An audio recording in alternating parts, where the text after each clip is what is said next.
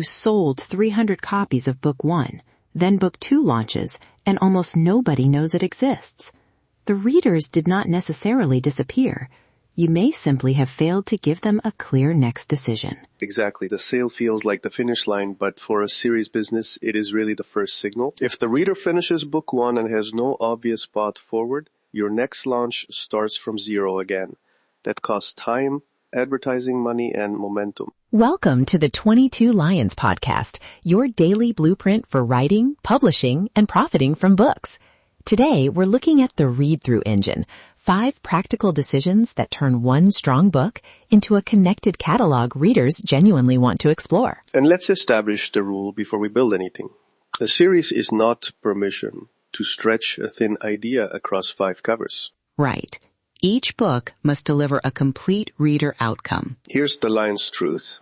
If volume 1 feels incomplete, read-through becomes disappointment. If volume 1 feels complete but opens a meaningful next door, read-through becomes trust. That distinction is the foundation. We're going to choose a series promise, design the next reader decision, protect quality with a lightweight planning document, build the commercial sequence, and then measure what happens after the first purchase. Not theoretical planning, decisions you can put on one page. One page is important. Authors sometimes hear series Bible and picture a 100-page document that delays publication for 6 months. 100-page document that delays publication for 6 months? It's not a plan. It's a hiding place. You need enough structure to prevent contradictions and repetition, but not so much that planning replaces writing. So start with the promise. Ask yourself, what consistent transformation can this series credibly help the right reader achieve? Not what topics can I fill, and not which keyword is popular this month. What useful result can support several distinct books? Right. The promise has to survive book 3. Productivity is too broad. Helping independent professionals build a calmer, repeatable work system is stronger. It gives you room for weekly planning, protecting focus, delegation, and sustainable execution. What makes that promise durable instead of merely attractive? 3 boundaries. Who is the reader? What situation are they in?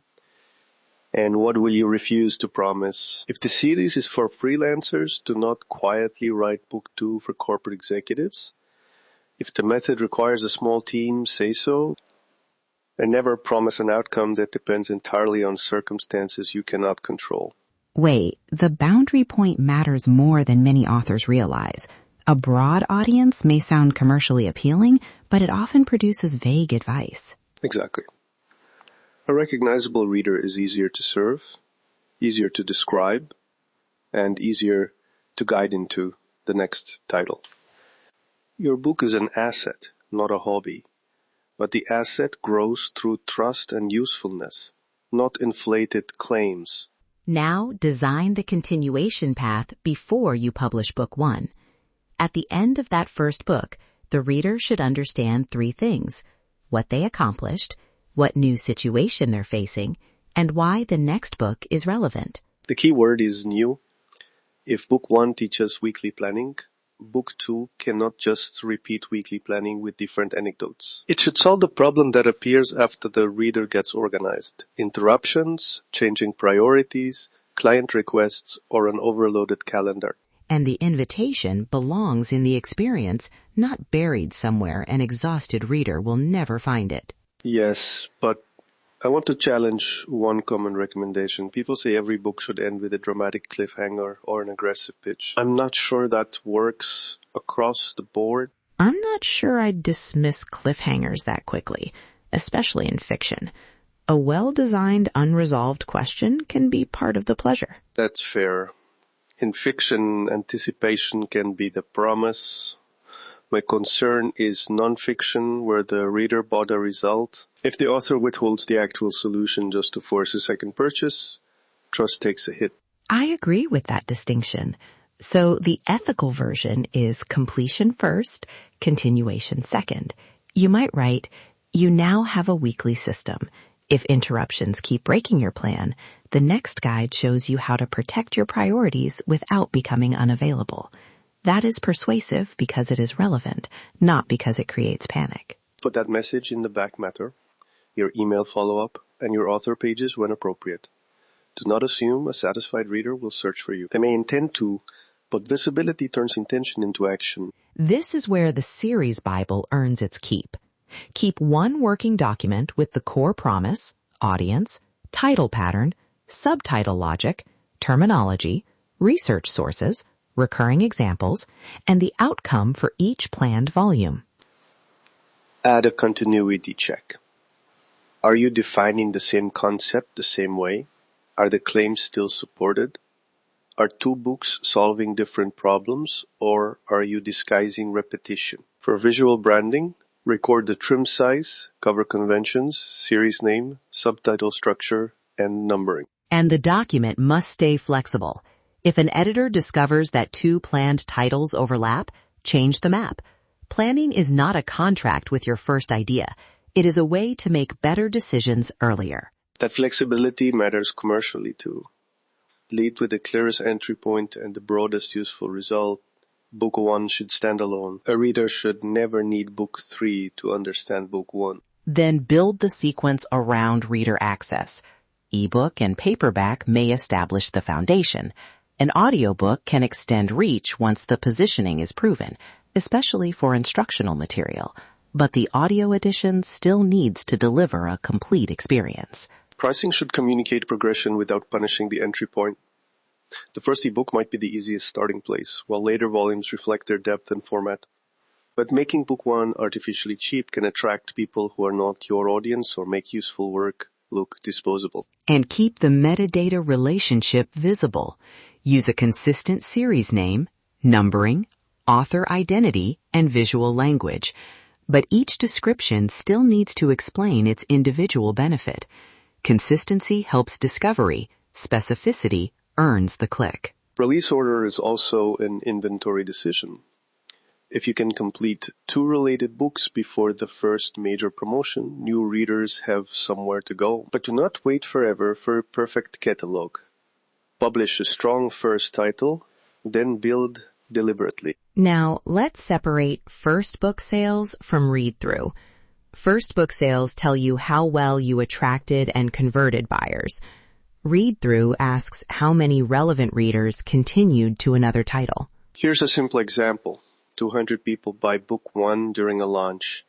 Within 90 days, 38 buy Book 2 and 12 join your email list. That gives you a starting signal, but not a permanent truth. It is roughly 19% follow-on purchasing in that window, not proof that every future audience will behave the same way.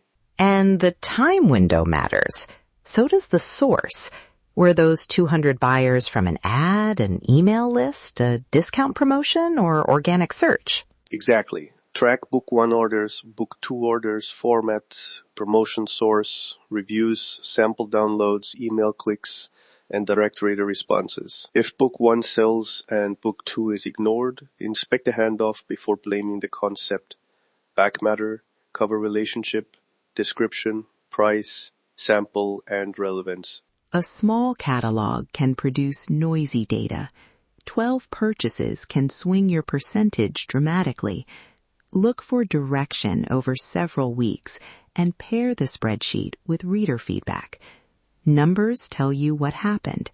Reader comments often suggest why. Now let's build the example on the page. Audience: overloaded independent professionals. Book 1, control the week. Book 2, protect priorities from interruptions. Book 3, delegate without losing visibility. That sequence has a clear progression. First, control your own workload, then defend the system, then expand it. I would be careful with the word automation in Book 3 though. It can become a grab bag. Delegation is a reader problem. Automation is a tool category. If the promise is too broad, the third title may lose the audience we work so hard to define. Good correction. The map should follow the reader's next need, not the author's list of favorite tools. For today's action, write 5 lines. Your audience, the series promise, Book 1's complete outcome, the next problem that outcome creates, and the honest invitation you will place at the back. Then test the map with one question. Would a satisfied reader actually recognize themselves in the next problem? If the answer is vague, stop and refine the promise. If the next book repeats the first, combine them or change the outcome. Stay hungry, stay published, but do not publish repetition. So, if I were building this tomorrow, I'd ask 5 questions. What does the series consistently help people do? What is book 1 complete? What does the reader naturally need next? What must remain consistent across the catalog? And what evidence will tell me whether the handoff is working? Answer those questions before you design 5 covers or spend heavily on ads. The strongest read-through engine is not a trick. It is a well-built reader journey. One complete book leading honestly to another useful book. That is how a manuscript becomes more than a one-time transaction. It becomes the first useful step in a catalog built around reader progress, editorial quality, and a clear next decision. Your book is an asset, not a hobby. If you want help turning that one-page map into finished books, 22 Lions can support the full process. Series planning, manuscript development, editing, publishing, audiobook production, and launch execution. Write it, publish it, profit from it. Build the empire, one book at a time. That's your step-by-step system for today. Apply it and watch your author business grow. Create the map. Test it against a real reader's next need. And when you're ready for professional support, connect with 22 Lions to plan and publish your next books with precision. Publish like a pro. Profit like a lion.